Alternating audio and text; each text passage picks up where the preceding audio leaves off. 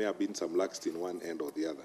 In certain cases, and you more than anyone else in Parliament knows this because you are our Security Committee, we have challenges of the porous borders. Some of these goods that are coming in come through some, panya routes. We've worked so hard as government and invested heavily to deal with some of our borders, and they're porous.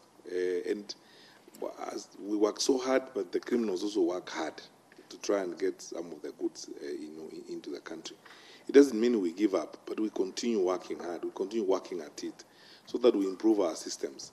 For a country of our size, at the level of development where we are and with the focus that we have now, Mr. Chairman, I would like to suggest that, and that's what the government is doing now, in the President creating a multi-agents team.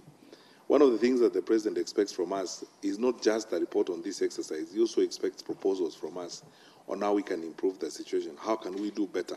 And how can we avoid this next time? Because a mistake once is okay, but a repeated mistake is bad for the country. So we've learned our lessons from some of these challenges, and we would like to improve. Action has already been taken. The Honourable Member asked a question about action. Action has already been taken. There are cases where public officers have been brought to book. Some of them, there are court cases going on, and some of them have been disciplined in various ways, and that will continue.